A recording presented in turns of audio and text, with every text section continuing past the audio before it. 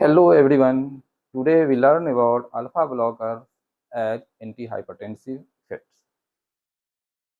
आज का हमारा लर्निंग ऑब्जेक्टिव्स है classification of alpha blockers, alpha stimulation जो नॉर्मल स्टिमुलेशन है उसके बारे में पहले पढ़ेंगे, फिर उसके बाद हम लोग पढ़ेंगे role of alpha blockers as antihypertensive. तो चलिए वन बाय वन हम लोग पढ़ते हैं। अल्फा ब्लॉकर्स सभी लोग जानते होंगे। अल्फा ब्लॉकर्स दो तरह का होता है, सेलेक्टिव, नॉन सेलेक्टिव। तो सेलेक्टिव नॉन सेलेक्टिव किस तरीके से हम लोग बांटते हैं, बेस्ड ऑन अल्फा रिसेप्टर्स वो कैसे ब्लॉक कर रहा है उसी हिसाब से। अल्फा रिसेप्टर्स कितने तरह का, दो तरह का। कौन कौन? अल्फा 1 और अल्फा 2।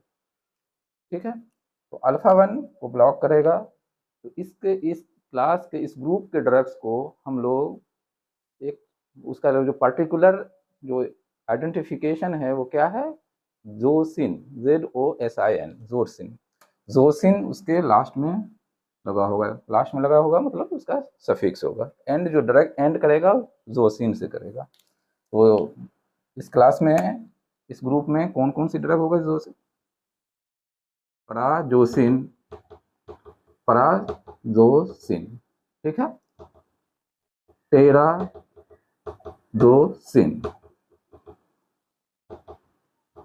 और क्या, डॉक्साजोसिन, अल्फोजोसिन। देख रहे हैं क्या हो रहा है? जोसिन जोसिन। अगर किसी ड्रग के आखिर में लास्ट में जोसिन हो तो हम लोग समझेंगे वो अल्फा 1 ब्लॉकर है। तो अल्फा 1 को ब्लॉक कर रहा है, ये सेलेक्टिव हो गया। क्या हो गया? सेलेक्टिव। सेलेक्टिव हो गया, सेलेक्टिव हो गया, सेलेक्टिव हो गया, सेलेक्टिव ब्लॉकर हो गया, सेलेक्टिव ग्रुप का ड्रग हो गया। सेलेक्टिव अल्फा 1 को ब्लॉक किया, अल्फा 1 को ब्लॉक हो गया, ये सेलेक्टिव हो गया।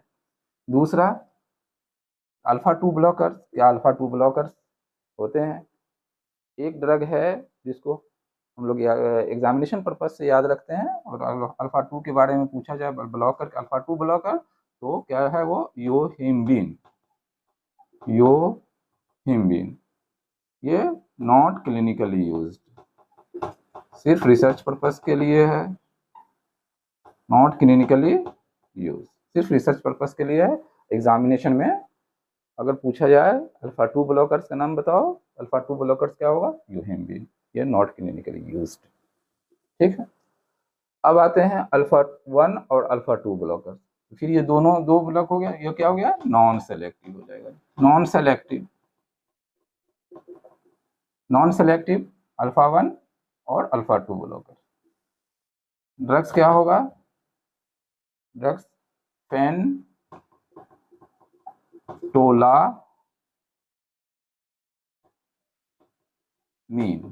फेंटोलामीन, और दो दो ड्रग इसके अंदर हम लोग याद रखेंगे, फेनॉक्सीबेंजामिन, फेनॉक्सीबेंजामिन, फेंटोलामीन, फेंटोलामीन और फेनॉक्सीबेंजामिन।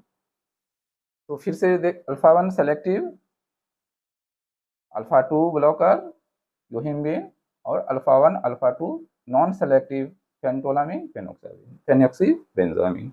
ये अल्फा ब्लॉकर्स ग्रुप के ड्रग्स हैं। अब इसका एक्शन जानने से पहले, कैसे ये ब्लड प्रेशर को डिक्रीज करेगा, इसको पढ़ने से पहले हम लोग जानते अल्फा का स्टिमुलेशन से इफेक्ट क्या होता है। तो पहले हम लोग इसको लर्न करेंगे, फिर उसके बाद फिर उसका एक्शन देखेंगे।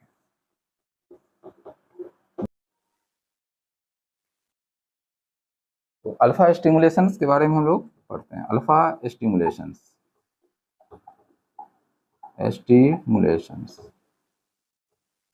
हम लोग जानते हैं कि अल्फा दो तरह का होता है, अल्फा रिसेप्टर्स, अल्फा 1। अल्फा 1 का स्टिमुलेशंस होगा तो क्या होगा? अभी कार्डियोवास्कुलर पॉइंट ऑफ व्यू से जानेंगे अल्फा 1 और कहाँ कहाँ होता है ब्लड वेसल्स के अलावा।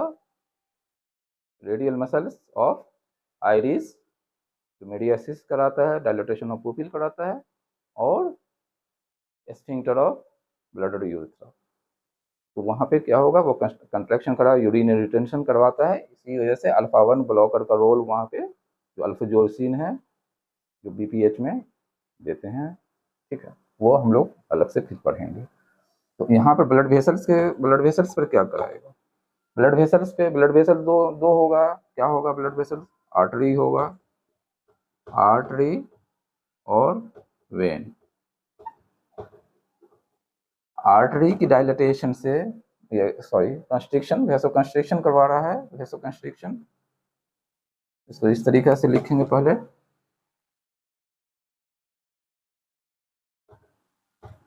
Vaso constriction.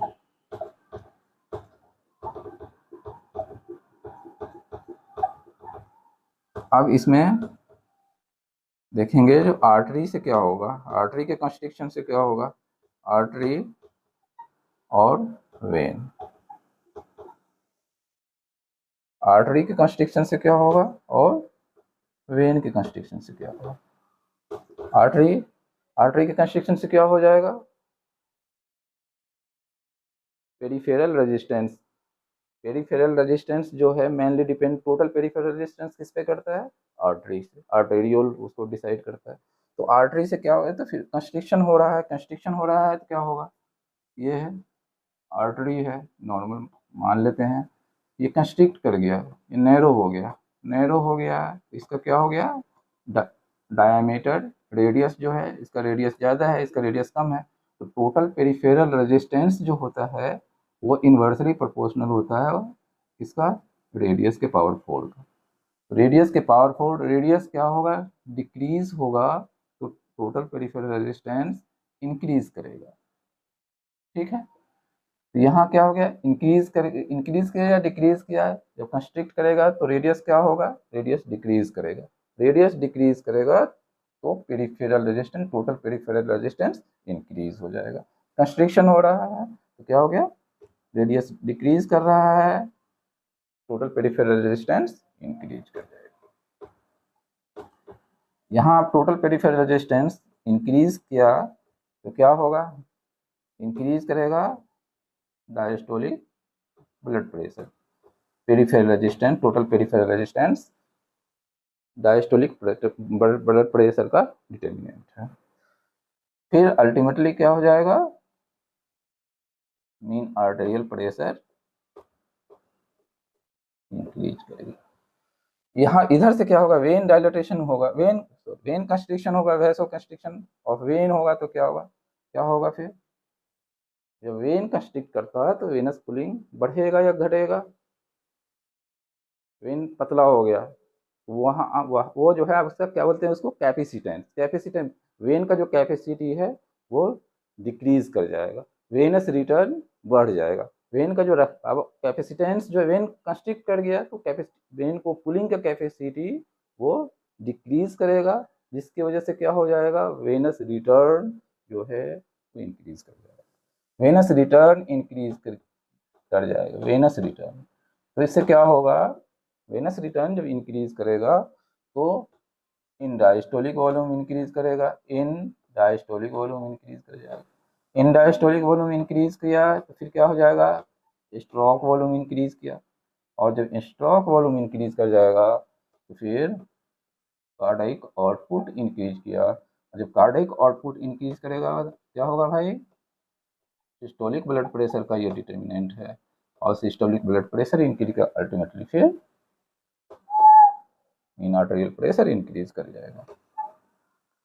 तो वेनो कंस्ट्रिक्शन से क्या होगा, वेनस रिटर्न इंक्रीज कर जाएगा, वेनस रिटर्न इंक्रीज किया तो इंडास्टोलिक वॉल्यूम इंक्रीज किया, उसके बाद उसके नेक्स्ट क्या होगा, स्ट्रोक वॉल्यूम इंक्रीज करेगा, फिर क्या होगा, कार्डियक आउटपुट इंक्रीज करेगा, सिस्टोलिक ब्लड प्रेशर इंक्रीज हो जाएगा, और ultimately mean arterial pressure increase होगा। वेसो कंस्ट्रिक्शन का आर्टरी और वेन पे हम लोगों ने ये इफेक्ट देखा, ये स्टिमुलेशन से।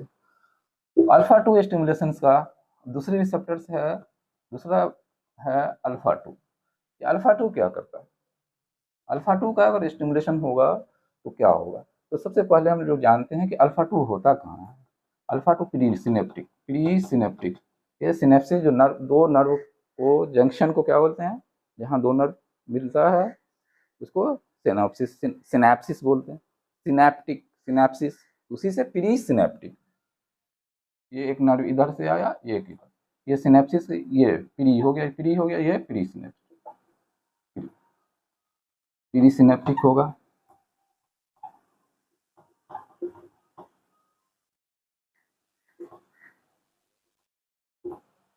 क्या होगा इससे, इसके स्टिमुलेशन से, इसके स्टिमुलेशन से होगा नॉर एपिनेफ्रिन की रिलीज को डिक्रीज कर देगा ये। अब जब नॉर एपिनेफ्रिन की रिलीज को डिक्रीज करेगा तो क्या होगा फिर, ये सिंपैथेटिक एक्टिविटी जो है, सिंपैथेटिक एक्टिविटी वो डिक्रीज करेगा। अब ये सिंपैथेटिक एक्टिविटी का अलग से हम लोग ऑटोनॉमिक नर्वस सिस्टम का जो क्लास होगा उसमें फर्दर डिटेल में सिंपैथेटिक एक्टिविटी, पैरासिम्पैथेटिक, ये सारा कवर करेंगे। तो सिंपैथेटिक, यहाँ पे सिंपैथेटिक एक्टिविटी क्या होता है, दो होता है, अल्फा रिसेप्टर पे जो एक्शन होता है और बीटा पर एक्शन होगा, ये सारा को डिक्रीज कर जाए, सभी डिक्रीज हो जाएगा और अल्टीमेटली क्या हो जाएगा, जो सभी डिक्रीज होगा तो फिर क्या हो जाएगा, मीन आर्टेरियल प्रेशर लास्ट में अल्फा और बीटा दोनों का इफेक्ट से मीन आर्टेरियल प्रेशर डिक्रीज करेगा। यही हो जाए कि अल्फा 2 का ब्लॉकर एंटी हाइपरटेंसिव नहीं है। क्लोनिडीन जो है वो अल्फा 2 एगोनिस्ट है। ये कभी भी एग्जामिनेशन में ये कभी नहीं बोलना अल्फा 2 ब्लॉकर यूज होगा, ये अल्फा 2 ब्लॉकर का यूज नहीं है। अल्फा 2 क्लोनिडीन क्या है, अल्फा 2 एगोनिस्ट है। अल्फा 2 क्लोनिडीन, अल्फा क्लोनिडीन क्या है, अल्फा 2 एगोनिस्ट है। क्यों एगोनिस्ट है, हम लोगों ने देख लिया। जब एगोनिस्ट, अल्फा 2 का एगोनिस्ट मतलब सिमिलर इफेक्ट, स्टिमुलेशन करवाएगा और स्टिमुलेशन करवा करके ये प्रीसिनेप्टिक नॉरएपिनेफ्रिन की रिलीज को डिक्रीज करेगा, सिंपैथेटिक एक्टिविटी, और सिंपैथेटिक एक्टिविटी क्या होगा, अल्फा और बीटा दोनों का इफेक्ट को वो डिक्रीज करेगा और अल्टीमेटली मीन आर्टेरियल प्रेशर को डिक्रीज कर देगा। ये क्लोनिडीन, ये कॉमन कंफ्यूजिंग हम लोगों के लिए तो ये ड्रग होता है। क्लोनिडीन किस ग्रुप की दवा है और उसका एक्शन क्या है, मोड ऑफ एक्शन क्या है, और वो एगोनिस्ट है, अल्फा 2 का एगोनिस्ट है या एंटागोनिस्ट है। तो हमेशा ये ध्यान रखना है कि क्लोनिडीन अल्फा 2 एगोनिस्ट है। चलिए, ये हम लोग इसलिए इस ड्रग को ब्लॉकर के क्लासिफिकेशन में हम लोग डिस्कस नहीं करते, अल्फा ब्लॉकर के क्लासिफिकेशन में डिस्कस नहीं करते।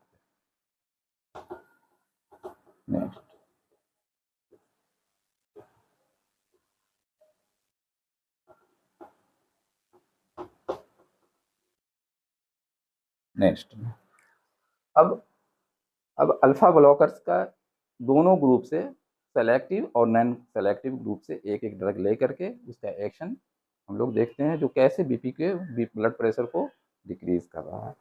तो alpha blockers, alpha 1 blocker selective से एक ले लिए, पैराजोसिन।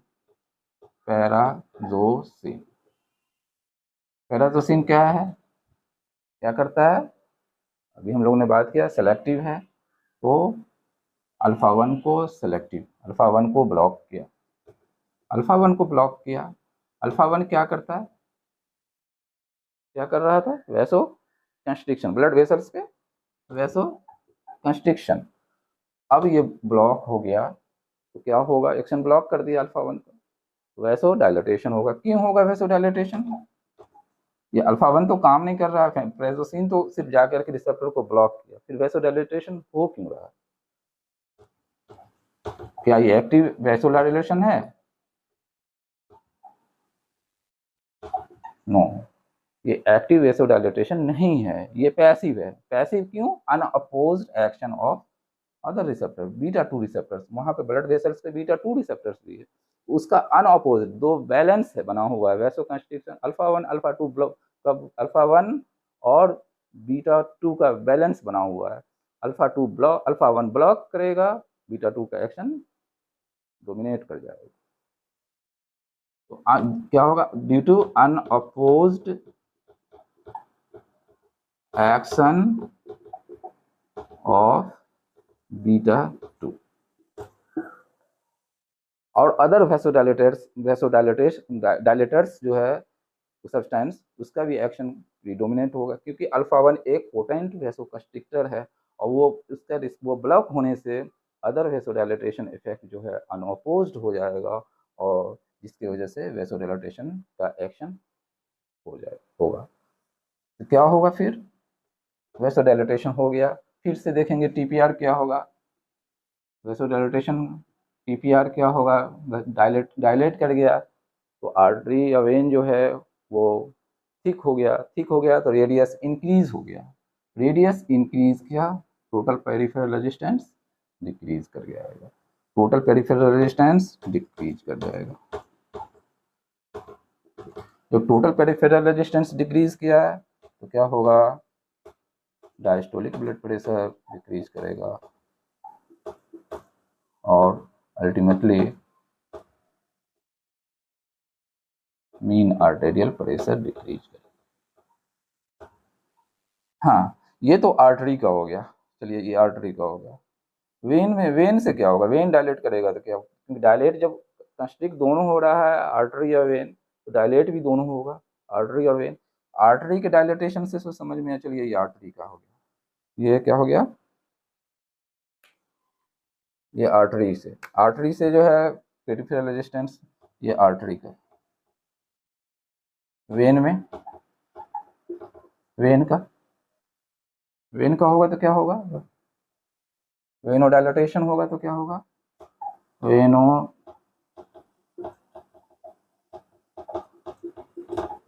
वेनो डायलेटेशन होगा तो क्या होगा। अब वेनस रिटर्न क्या होगा, वेनो डायलेटेशन हो गया, वेन डायलेट कर गया, वेनस पुलिंग ज़्यादा हो जाएगा ब्लड का, मतलब कैपेसिटेंस वेन का बढ़ गया, कैपेसिटेंस बढ़ गया तो क्या होगा, वेनस रिटर्न कम हो जाएगा, वेनस रिटर्न कम हो जाएगा। फिर देखेंगे अब वेनस रिटर्न कम हो जाएगा, वेनस रिटर्न कम हो गया, फिर क्या हो जाएगा, इन डायस्टोलिक वॉल्यूम कम हो जाएगा, इन डायस्टोलिक वॉल्यूम कम होगा, स्ट्रोक वॉल्यूम कम हो जाएगा, और जब फिर स्ट्रोक वॉल्यूम कम होगा तो कार्डियक आउटपुट भी कम होगा। फिर कार्डियक आउटपुट कम हो गया, क्या होगा बच्चों, सिस्टोलिक ब्लड प्रेशर कम हो जाएगा और अल्टीमेटली मीन आर्टेरियल प्रेशर कम हो जाएगा। तो वेन से क्या होगा, वेनोडाइलेटेशन होगा, वेनोडाइलेटेशन हो जाएगा, वेनस पुलिंग ऑफ ब्लड होगा, कैपेसिटेंस बढ़ गया वेन का, वेनस रिटर्न कम हो जाएगा, इन डायस्टोलिक वॉल्यूम कम हो जाएगा, फिर स्ट्रोक वॉल्यूम कम होगा, उसके फिर कार्डियक आउटपुट कम हो जाएगा और अल्टीमेट फिर क्या होगा, सिस्टोलिक ब्लड प्रेशर कम हो जाएगा, फिर अल्टीमेटली लास्टली जो है मीन आर्टेरियल प्रेशर कम हो। तो ये आर्टरी और वेन दोनों का डायलेटेशन से मीन आर्टेरियल प्रेशर डिक्रीज कर रहा है। ये पैराजोसिन का एज एंटी हाइपरटेंसिव रोल हो गया। कैसे पैराजोसिन ने ब्लड प्रेशर को डिक्रीज किया, ठीक है।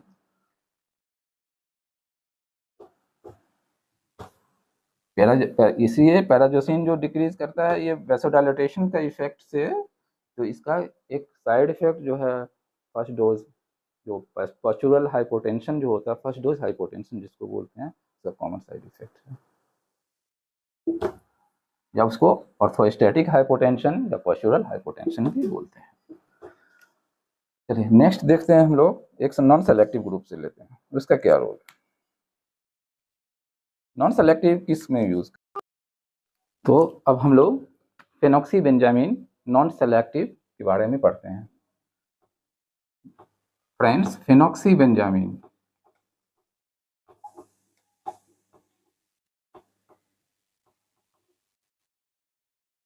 क्या है, non selective alpha blocker.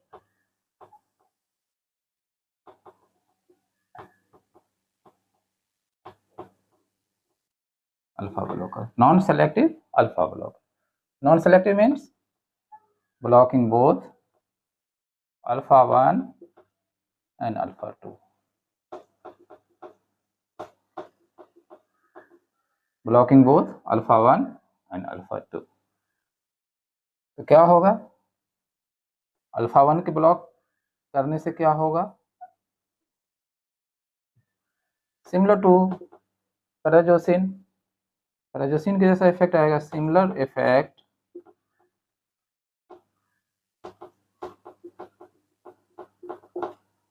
To पैराजोसिन, तो सेलेक्टिव अल्फा 1 ब्लॉकर है। पैराजोसिन क्या है, सेलेक्टिव अल्फा 1 ब्लॉकर है, सिमिलर हो जाएगा और मीन आर्टेरियल प्रेशर को घटा देगा, डिक्रीज कर देगा। ठीक है,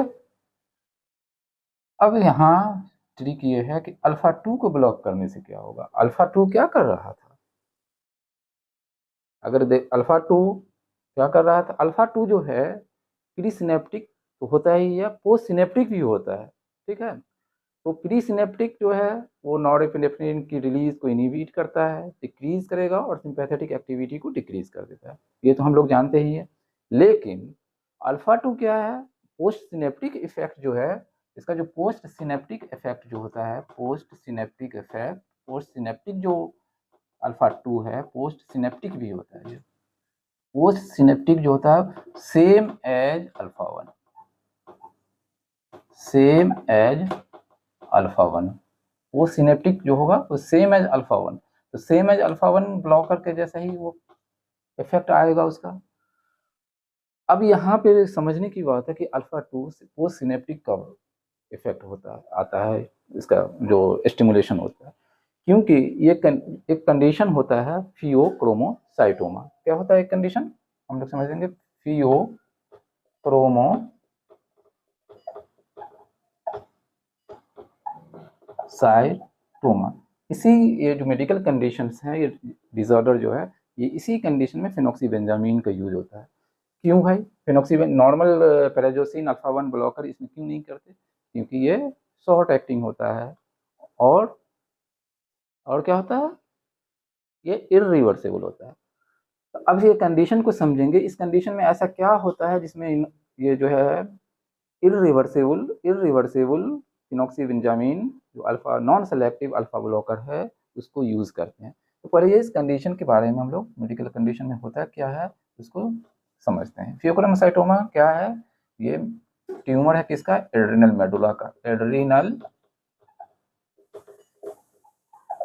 मेडुला का ट्यूमर है। हम लोग जानते हैं कि एड्रिनल मेडुला से क्या निकलता है, एड्रिनल मेडुला से एड्रिनलिन और नॉर एड्रिनलिन या इपिनेफ्रीन, इसको इपिनेफ्रीन भी बोलेंगे, और नॉर इपिनेफ्रीन। ठीक है, इसका इंक्रीज बहुत ज़्यादा, ट्यूमर है अनकंट्रोल वे में रिलीज होगा, इसका कंसंट्रेशन ब्लड में बहुत ज़्यादा इंक्रीज हो जाता है। इसकी वजह से जो है क्या होता है, जितना ये अल्फा 1 रिसेप्टर तो एक्टिवेट होता ही होता है, साथ में अल्फा 1 तो स्टिमुलेट होगा ही होगा, स्टिमुलेट करेगा, और अल्फा 2 जो है पोस्ट सिनेप्टिक इसका भी इफेक्ट आने लगता है, पोस्ट सिनेप्टिक, क्योंकि इसका कंसंट्रेशन इतना ज़्यादा होता है। पोस्ट सिनेप्टिक जो अल्फा 2 है उसको भी स्टिमुलेट करता है due to increase concentration of epinephrine और नॉन इपिनेफ्रीन। तो इसका सबसे क्या हो जाएगा, सारा चीज सिंपैथेटिक एक्टिविटी इंक्रीज करेगा, और सारा सिंपैथेटिक एक्टिविटी इंक्रीज होने से साथ में यहाँ अल्फा 1 के स्टिमुलेशन और आप पोस्ट सिनेप्टिक अल्फा 2 का स्टिमुलेशन, दोनों का इफेक्ट जो है एक ही होता है, क्या होता है,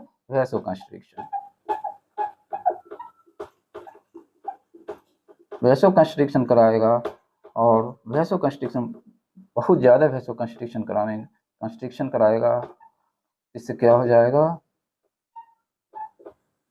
जो इफेक्ट है टीपीआर और डिक्रीज आर्टेरियल कंस्ट्रिक्शन से टोटल पेरिफेरल रेजिस्टेंस बढ़ रहा है, और वेनस कंस्ट्रिक्शन से वेनस रिटर्न इंक्रीज कर रहा है, और अल्टीमेटली जो है क्या हो जाएगा, इंक्रीज मीन आर्टेरियल प्रेशर बहुत ज़्यादा इंक्रीज कराएगा। इसी इफेक्ट को मिनिमाइज करने के लिए अल्फा 2 यहाँ से क्या होगा, जब अल्फा 2 यहाँ ब्लॉक हो जाएगा, अल्फा 1 तो ब्लॉक हो ही रहा है फिनोक्सीबेंजामीन से, फिर अल्फा 2 कभी ब्लॉक करने से इसका इफेक्ट को मिनिमाइज करेगा। क्योंकि ये ट्यूमर है तो ट्यूमर में अनकंट्रोल वे में इपिनेफ्रिन और नॉरएपिनेफ्रिन का रिलीज होता है। इसी वजह से नॉन और इरिवर्सिबल देने से क्या, क्योंकि इसका कंसंट्रेशन बढ़ेगा, रिवर्सिबल होगा तो क्या होगा, कंसंट्रेशन जानते हैं कंपिटेटिव में जब ये कंपटीशन में आएगा फिर वो उसको रिवर्स कर देगा इफेक्ट को, ब्लॉकिंग इफेक्ट को। लेकिन जब इरिवर्सिबल होगा तो इसका कंसंट्रेशन को बढ़ने पर भी वो परमानेंटली उस रिसेप्टर को अल्फा 1 अल्फा 2 को ब्लॉक किए हुआ है, इसकी वजह से इसका इफेक्ट कम होगा इपिनेफ्रिन और नॉरएपिनेफ्रिन। इसलिए इसका ट्रीटमेंट अगर फिनोक्सीबेंजामीन को क्लिनिकल यूज किसमें है तो फियोक्रोमोसाइटोमा।